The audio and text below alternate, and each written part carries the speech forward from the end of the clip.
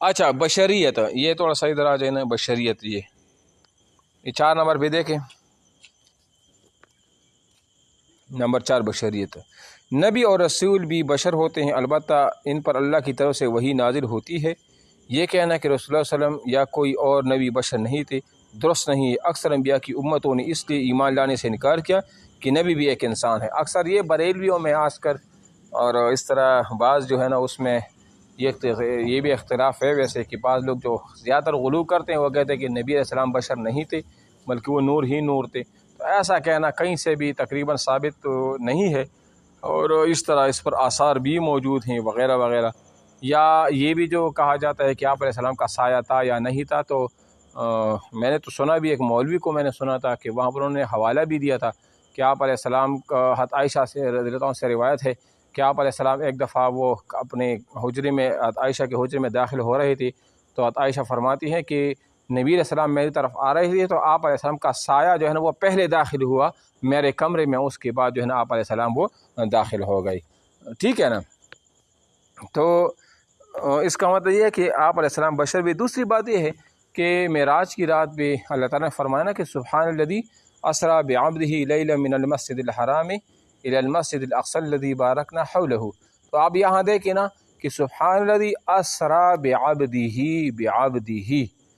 اسرا ایک دیکھو، اسراء جو ہوتا ہے نا، اسراء ایک اسراء سفر کو کہتے ہیں، لیکن جو سفر رات کی وقت ہونا اس کو اسراء کہا جاتا ہے. کیا کہا جاتا ہے؟ اسرا بعبدہ لیلا من المسجد. اب یہاں دیکھو عبد ہے، اور عبد کا مطلب کیا تھا؟ روح محل جسد کو لیا جاتا ہے. عبد کا اطلاق کس چیز پر ہوتا ہے؟ روح محل جسد پر ہوتا ہے. ایک تو یہ ہے کہ آپ علیہ السلام بشر بھی تھے اور نور بھی تھے، یعنی آپ کے بشریت سے انکار نہیں کیا جا سکتا. ایک تو یہ. دوسری بات یہ ہے کہ دیکھو جو انہوں نے یہ بات ذکر کی ہے نا، قالوا ان انتم الا بشر مثلنا تريدون ان تصدونا عما كان يعبد آباؤنا. یہ مشرکین مکہ کہا کرتے تھے کہ یہ بھی تو ہماری مثل ہی طرح ہے نا، یعنی ہم بھی انسان ہیں، یہ بھی انسان ہے، ہم بھی بشر ہیں، یہ بھی بشر ہے، تو ہم اور میں کیا امتیازات ہیں ایسے کہ یہ جو ہمیں اپنے منع کرتا ہے عما كان يعبد آباؤنا، کہ جو ہمارے آبا جو ہے نا وہ کیا کرتے تھے. اچھا یہاں پر مجھے بتا دیں عما كان يعبد آبا، یہ آباؤنا يعبد کے لیے کیا ہے؟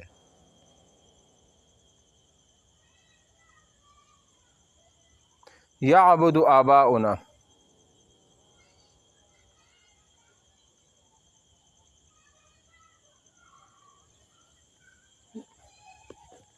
یعبد آباؤنا، آباؤنا یعبد کے لیے کیا ہے؟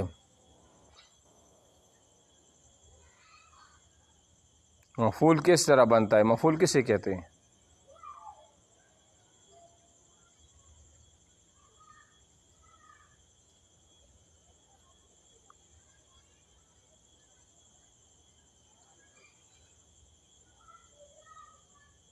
فاعل کس کا بنتا ہے؟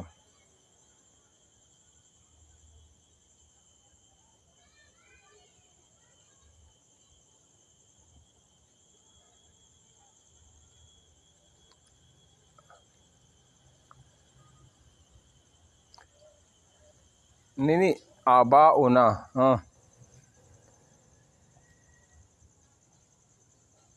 جی اب دیکھو آسان ہے نا، آسان سا ہے. یعبدو اما کانا، اما کو آپ چھوڑ دے، چلو ایک سائڈ پہ کر دے. کانا یعبدو آباؤنا، کرتے تھے آباؤنا ہمارے آبا و اجداد. اس نا کو بھی ایک سائڈ پہ کر دو، آباؤ اس کو لے لو، چلو یہ بھی اور آسان کر دیا.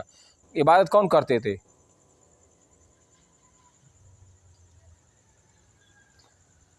فاعل ہے. یعبدو کے ٹھیک ہے، عبادت کرتے تھے آبا. اب ٹھیک ہے فاعل ہے.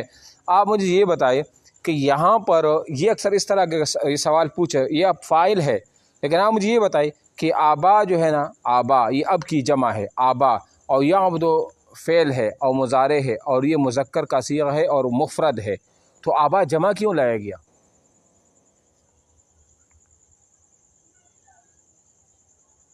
نہیں نہیں نہیں نہیں نہیں نہیں، تعویل مفرد کہاں سے ہوتا ہے؟ یعبدو آباؤنا، یعبدو آپ لوگوں نے پڑھا نہیں تھا. یا مجھے یہ بتائے کہ یہاں پر جو آبا، جی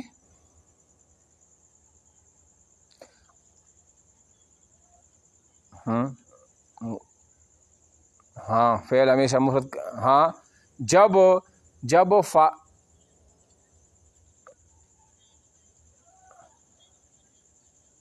ہاں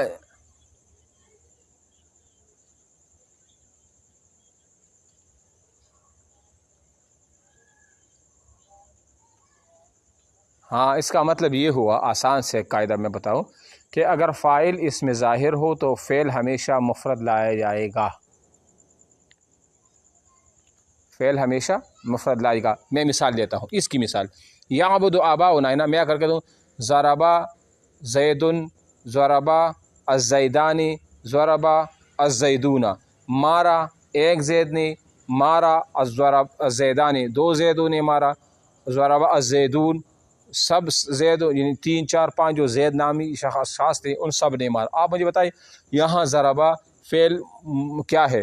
مفرد ہے، اور فاعل کبھی واحد آتا ہے، کبھی تثنیہ اور جمع بھی آتا ہے۔ قاعدہ کل یہ ہے کہ جب فاعل اس میں ظاہر ہو تو فعل ہمیشہ مفرد لایا جائے گا، فعل ہمیشہ مفرد لایا جائے گا۔ بات سمجھ آ رہی ہے نا؟ تو یہ تو اس میں ظاہر ہے نا، اس لیے اس کو کیا کیا ہے، فاعل جو ہے نا وہ ظاہر ہے، ٹھیک ہے نا، تو فعل ہمیشہ مفرد۔ ہاں جب فعل کا فاعل وہ اس میں ضمیر ہو، وہ کیا ہو، وہ ضمیر ہو، تو پھر وہاں پر فعل اور فاعل کی ضمیر کے مطابق لایا جائے گا۔ مثال کیسے میں کہہ دوں کہ زید ضربا، زید زیدانی ضربا، زیدون ضربو، اور یہ اس وجہ سے ہے کہ آپ نے جب اس میں ضمیر کو فاعل مان لیا نا، جو زید ضربا، ضربا کے اندر جو ہوا ہے وہ راجع ہے کس کی طرف؟ زید کی طرف۔ کس کی طرف راجع ہے؟ زید کی طرف، یعنی ضربہ کے اندر جو زید ہے۔ تو آپ مجھے بتائیں کہ راجع اور مرجع میں مطابقت ضروری ہے کہ نہیں؟ ضروری ہے نا۔ تو جو ضربہ زید ضربا، تو ضربہ کے اندر جو ہوا ہے وہ بھی مفرد ہے اور زید وہ بھی مفرد ہے، تو مطابقت پائی گئی، تو یہ اس میں ضمیر ہے۔ اور اگر میں یہ کہہ دوں الزیدانی ضربا، دو زید انہوں نے مارا، تو ضربا تثنیہ، تو تثنیہ میں کون سا ضمیر ہے؟ ہما ہے کہ نہیں؟ ہما ہے، تو وہ ہما کس کی طرف راجع ہے؟